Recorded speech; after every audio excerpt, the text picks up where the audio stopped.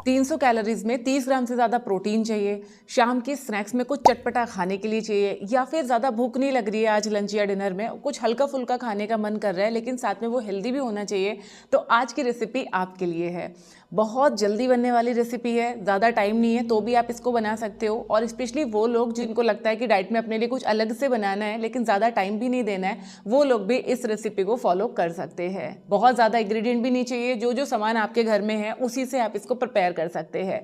आज की अपनी इस वीडियो में पूरी रेसिपी बताऊंगी, और रेसिपी के साथ साथ ये भी आपको बताऊंगी कि किस चीज़ से आपको टोटल कितनी कैलोरीज मिल रही है, कितना कार्बोहाइड्रेट मिल रहा है, किसको ये खाना चाहिए और किसको नहीं खाना चाहिए, सारी चीज़ें एक्सप्लेन करने वाली हूँ। तो वीडियो को पूरा जरूर देखना। चैनल पे अगर आप बिल्कुल पहली बार आए हैं या फिर आपने अभी तक हमारे चैनल स्टफ इट विद अभिलाषा को सब्सक्राइब नहीं किया है तो सब्सक्राइब जरूर कर लीजिएगा, क्योंकि इस तरीके की इन्फॉर्मेटिव वीडियोस लगातार हमारे चैनल पे आते रहती हैं।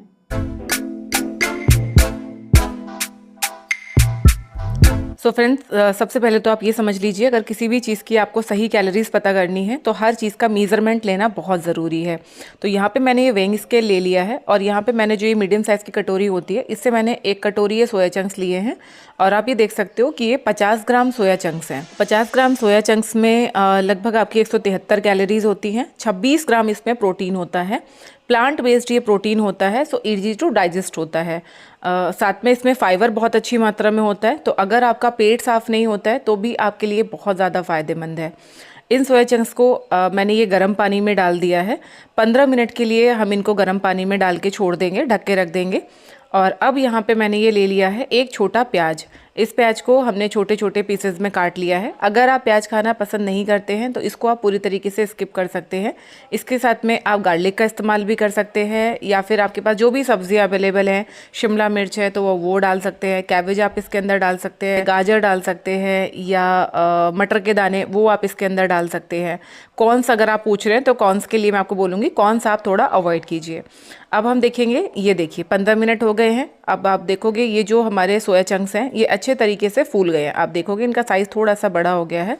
और ये देखिए, अगर उठा के हम इसको इस तरीके से दबा के देखेंगे तो आप देखोगे पूरा इस तरीके से निचुड़ रहा है, एकदम सॉफ्ट हो गया है। तो जब ये इस तरीके से हो जाए तभी हमें इससे इस्तेमाल करना है। अगर अभी आपका सॉफ्ट नहीं हुए हैं सोया चंक्स तो अभी आप इनको थोड़ी देर के लिए और भिगो के रख देंगे। जब ये सॉफ्ट हो जाए तभी आपको इन्हें इस्तेमाल करना है। अब इनको इस्तेमाल कैसे करना है ये समझना बहुत ज़्यादा ज़रूरी है। सबसे पहले तो ये जो पानी हमने लिया है जिसमें हमने इनको भिगोया, इस पानी को निकाल देंगे और साफ़ पानी भर के इनको अच्छे तरीके से वॉश कर लेंगे। अब इस तरह से आपको पूरा टाइट मुट्ठी में दबाना है इनको। और आप ये देखो, जो ये झाग वाला पानी निकल रहा है ये पानी अच्छे तरीके से निकाल लेना है। अच्छे से निचोड़ के सारे सोया चंक्स को हम एक अलग बाउल में रख देंगे। इनको निचोड़ना इसलिए भी ज़रूरी होता है क्योंकि सोया चंक्स अपने वजन से कई गुना पानी सोख लेते हैं। अगर इस तरह से हम इसको नहीं निचोड़ते हैं तो जो हम मसाले हैं, जो भी फ्लेवर हम इसमें ऐड करने वाले हैं, वो अच्छे से इस फ्लेवर को, मसालों को सोया चंक्स एब्जॉर्ब नहीं करेंगे, इसलिए इनको हटाना बहुत ज़रूरी होता है। इसके अलावा सोया में जो एक्स्ट्रा फैट्स होते हैं वो भी अच्छे तरीके से निकल जाते हैं। और ये प्रोसेस आपको एक बार नहीं करना है, बल्कि जब एक बार आपने सारे सोया चंक्स को अच्छे से निचोड़ लिया है तो दोबारा आपको इनको वॉश करना है और फिर से सेम प्रोसेस आपको रिपीट करना है। तो मैं इसको इस तरीके से एक और बार पूरा सोक करूँगी और दोबारा से इसको निचोड़ के और फिर मैं इन सोया चंक्स को इस्तेमाल करने वाली हूँ। ऐसा करने से किसी भी तरीके की गंदगी, कोई भी स्मेल इसके अंदर नहीं रहती है। अब यहाँ पे हमने इनको दोबारा से निचोड़ लिया है सारे सोया चंक्स को। अब ये सोया चंक्स आगे की प्रोसेस के लिए तैयार हैं। तो अगले प्रोसेस में हम इन सारे सोया चंक्स को एक मिक्सर जार में डाल देंगे और इसको हम दरदरा पीस लेंगे। पानी नहीं डालना है, कोई और मसाला या सब्ज़ी कुछ भी हमें इसके साथ में यहाँ पे नहीं डालना है, सिर्फ सोया चंक्स हमें लेने हैं और इनको हम दरदरा पीस लेंगे। तो आप ये देख लीजिए, हमने इसको पीस लिया है और इस तरह से इसको पीसना है। एकदम बिल्कुल स्मूथ भी नहीं बनाना है, थोड़ा सा इस तरह से हमें इसको रखना है फाइबर की फॉर्म में। अब सोया चंक्स को हम एक बाउल में निकाल लेंगे। बाउल थोड़ा सा बड़ा लीजिएगा ताकि जो भी सब्ज़ी हम इस्तेमाल करने वाले हैं वो सारी हम इसमें अच्छे से मिक्स कर सकें, मसाले हम अच्छे से मिक्स कर सकें। तो बाउल इतना बड़ा होना चाहिए जहाँ पर आप सारी चीज़ें मिक्स कर सकें। तो ये हमने इसमें निकाल लिया है। निकालने के बाद अब जो हमारे बाकी के हम इंग्रेडिएंट यूज़ करने वाले हैं उनको हम फिंगर कर लेंगे और इसको हम एक साइड में रख देंगे।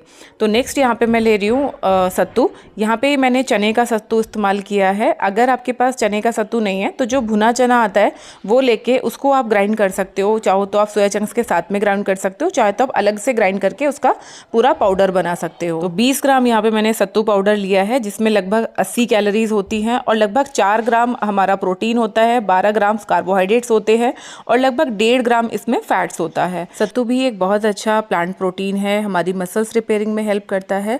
और अगर आप वेजिटेरियन हैं तो ये बहुत ही अच्छा है एज अ प्रोटीन सोर्स। लंबे टाइम तक आपका पेट भरा रहता है, बार बार भूख नहीं लगती है, वजन घटाने में हेल्प करता है। और साथ ही साथ जिन लोगों को क्रेविंग्स बहुत होती है, भूख बहुत ज़्यादा लगती है, मीठे का बहुत मन करता है, उनके लिए सत्तू बहुत अच्छा ऑप्शन है। तो ये जो सत्तू पाउडर हमने लिया था, इसको हमने जो सोया चंक्स के हमने रिशेस लिए थे, जो हमने उसको ब्लेंड किया था, उसमें मिला देंगे। कटा हुआ प्याज भी हमने इसी में डाल लिया है। अब यहाँ पे आपके पास और जो भी सब्जियां हैं वो आप इसके अंदर मिला सकते हो। मैं कम से कम इंग्रेडिएंट से आपको बना के दिखा रही हूँ, तो इसलिए मैं यहाँ पे कोई भी सब्ज़ी का इस्तेमाल नहीं कर रही हूँ। आप यहाँ पे मटर, गाजर, गोभी, पत्ता गोभी, कोई भी सब्ज़ी आप यहाँ पे छोटा छोटा चॉप करके इसमें ऐड कर सकते हैं। नमक मैं यहाँ पे मिला रही हूँ, थोड़ा सा मैं यहाँ पे जीरा डाल रही हूँ। आप चाहे तो थोड़ा सा इसमें अजवाइन या सौंफ भी डाल सकते हैं, पूरी तरह से आपके स्वाद के ऊपर डिपेंड करता है। थोड़ा सा यहाँ पे मैंने लाल मिर्च डाला है, इसकी जगह पे आप हरी मिर्च का इस्तेमाल भी कर सकते हैं या काली मिर्च का इस्तेमाल भी कर सकते हैं। बहुत थोड़ा सा यहाँ पे मैंने हल्दी पाउडर लिया है, आप चाहें तो इसमें चाट मसाला भी डाल सकते हैं। लेकिन मैं अपने खाने को बहुत सिंपल रखना पसंद करती हूँ, बहुत ज़्यादा चटपटा तीखा वैसा मुझे बहुत पसंद नहीं है। बट अगर आपको पसंद है तो डेफ़िनेटली आप इसमें चाट मसाला डाल सकते हैं, हरी मिर्च डाल सकते हैं, काली मिर्च पाउडर आप डाल सकते हैं। बस इन सारी चीज़ों को हमें अच्छे से मिक्स कर लेना है। आपको पानी का इस्तेमाल इसमें नहीं करना है। धीरे धीरे जब आप मिक्स करेंगे ना, तो ये जो सोया चंक्स का जो मॉइस्चर है अपना और जो सब्जियों का अपना मॉइस्चर है, उसी से ये अच्छे तरीके से मिक्स हो जाएगा। तो इनको सारी चीज़ों को अच्छे से मिला लेंगे। ये देखिए, मिलाते मिलाते अपने आप ही इतना मॉइस्चर इसमें आ गया है कि जब मैं इसको उठा के इस तरीके से बना रही हूँ तो ये एकदम लड्डू की फॉर्म में आ गया, अच्छे से बाइंड अप हो रहा है ये। तो बस इसको हम इस तरीके से गोल गोल बना लेंगे और फिर हल्का सा इसको हम प्रेस करके थोड़ा सा चपटा कर देंगे। कटलेट की फॉर्म में हमें इसको लेके आना है, इस तरह से हल्का सा चपटा कर देंगे। और ये देखिए, ये हमारे कटलेट बन के तैयार है। इसी तरीके से हमें और सारे छोटे छोटे से गोले बना लेने हैं और बस इनको कटलेट का फॉर्म देके हम एक प्लेट में रखते जाएंगे। तो फ्रेंड्स, ये देखिए सारे कटलेट हमारे बनके तैयार हो गए हैं। जितना हमने टोटल मटेरियल लिया था उससे हमारी ये इतने ही कटलेट बने हैं। लगभग ये 7 कटलेट, आई थिंक, हाँ 7 कटलेट हमारे बनके तैयार हुए हैं। अब इन कटलेट को हमें फ्राई नहीं करना है, बल्कि हमें शैलो फ्राई करना है। आप चाहें तो एयर फ्रायर का इस्तेमाल भी कर सकते हैं या फिर आप इस तरीके कोई भी नॉन स्टिक पैन का आप इस्तेमाल कर लीजिए। इसमें हमें ऊपर हल्का सा तेल लगाना है, लेकिन ध्यान रहे कि हमें चम्मच भर के नहीं डालना है, बल्कि कम से कम तेल, हल्का सा सिर्फ हमें ग्रीस करना है, ताकि जो सोया चंक्स है वो चिपके नहीं, क्योंकि हमने इसमें मैदा का इस्तेमाल नहीं किया, कॉर्न का इस्तेमाल किसी चीज़ का हमने नहीं किया है।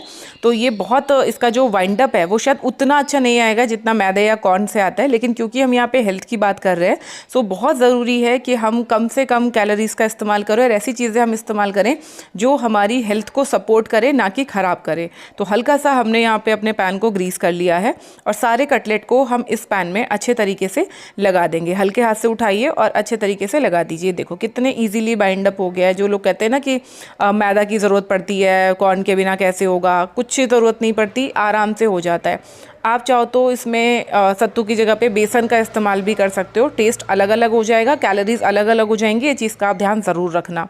बेस्ट चाहते हो तो फिर आप सत्तू पाउडर का ही इस्तेमाल कीजिए। इस तरह से सारे सबको अच्छे से लगाने के बाद फ्लेम को हम लो टू मीडियम रखेंगे और इसको ढक के हम 5 मिनट के लिए रख देंगे। 5 मिनट के बाद अब हम इन्हें खोल के देखेंगे और चेक करते हैं कि भला ये ठीक से सीखे हैं या नहीं सीखे हैं। तो देखिए इनके पे ये हल्का हल्का चित्ती आ गई है, मतलब ये इधर से हल्के हल्के सीख गए हैं। भाई मैं हाथ से पलट रही हूँ, इसका मतलब ये नहीं है कि ये ठंडे हैं, ये अच्छे खासे गर्म है, मुझे गर्म लग भी रहे हैं, लेकिन मैं आदत से मजबूर हूँ। मैं मोस्टली काम जल्दी जल्दी ऐसे ही हाथ से कर लेती हूँ, तो मैंने हाथ से पलट ली है। लेकिन ना भैया चम्मच से पलटना या किसी छोटे चिमटे से पलटना। तो इस तरह से ये आपको पलट लेने हैं और बस दोबारा से हम इसको ढक के रख देंगे और फिर से हम 5 मिनट इधर से सीखने देंगे।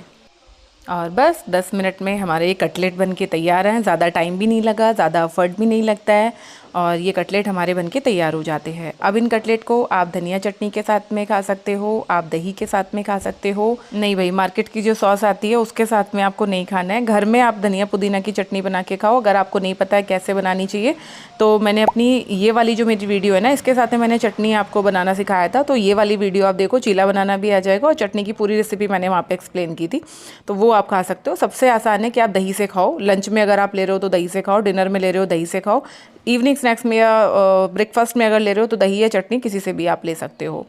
अब बात करते हैं किसको नहीं खाना है। तो देखो, अगर आप थायराइड पेशेंट हो या आपको यूरिक एसिड अगर बढ़ा हुआ है तो ये आपको नहीं खाने हैं, और ऐसा नहीं कि बिल्कुल नहीं खाने हैं। हफ्ते में एक बार आप ले सकते हो, थोड़ा क्वांटिटी कम करके आप इनको ले सकते हो। और ये ऐसा है जिनको आप बच्चों को दे सकते हो, बड़ों को दे सकते हो, सबको खाने में बहुत मज़ा आता है। मेरे बच्चों को तो ये बहुत ही ज़्यादा पसंद है, तो आप बच्चे बड़ों किसी को भी दे दीजिए, इजीली बन जाता है और आप इसको हफ्ते में 3 से 4 बार आप खा सकते हैं। आई होप आपको ये वीडियो और रेसिपी ज़रूर पसंद आई होगी। अगर पसंद आया है तो प्लीज़ मुझे कमेंट करके ज़रूर बताना। नेक्स्ट आप किस चीज़ की रेसिपी देखना चाहते हैं वो भी कमेंट सेक्शन में ज़रूर बताना। तो चलिए, अपना ध्यान रखिए, खुश रहिए, फिट रहिए। Thank you.